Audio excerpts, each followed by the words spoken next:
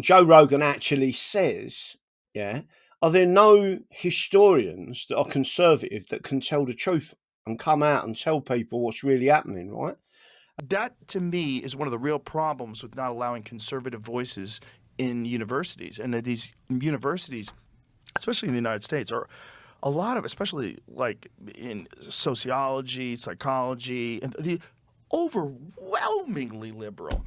Like, surely there's got to be some historians out there that are conservative, and they would have a different perspective. And it might be good to have diversity of opinion, as well as diversity of national origin, as well as diversity of gender, as well as diversity of sexual orientation. Yeah, all that stuff's great. But also diversity of opinion. Yeah. Like, the only way to know whether or not this person's making sense is to have someone who completely disagrees, that has a better point, go up against them, and you watch them duke it out. And as soon as you silence all that because students don't feel safe, or because, you know, this is promoting X, Y, and Z, this person's a Nazi, oh, they're a Nazi, we can't let them on there.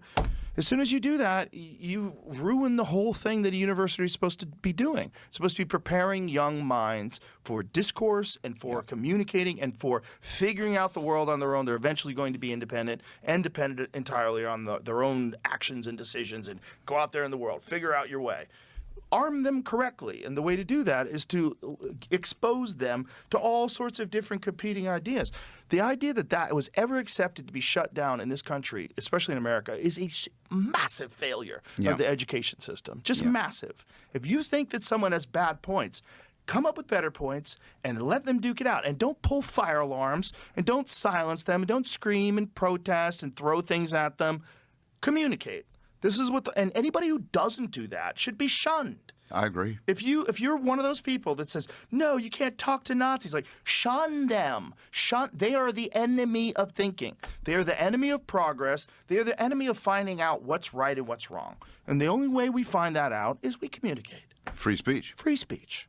And I'm sitting there watching it saying, a legal historian. And again, there's sections of this where there is so much I agree with Rupert Lowe, right? We are so aligned with so much.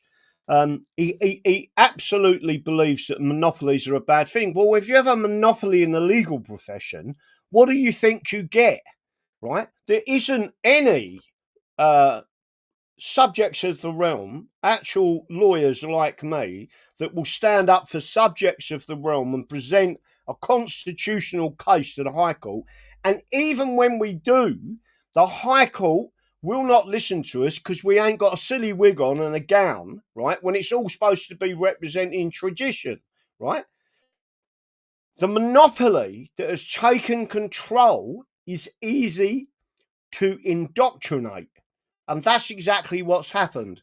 But the beauty of what I've just shown you is, and I'm not just saying this, anyone who's watched me for a very long time, certainly in excess of 10 years, will tell you that all I've ever done is gone on about the Fabian Society being Marxists and the slow march through the institutions.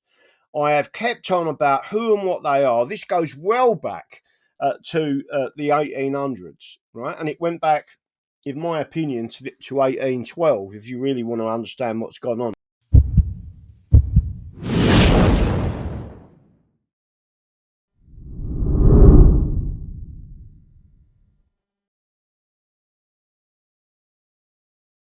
The English Constitution is the solution, always has been and always will be.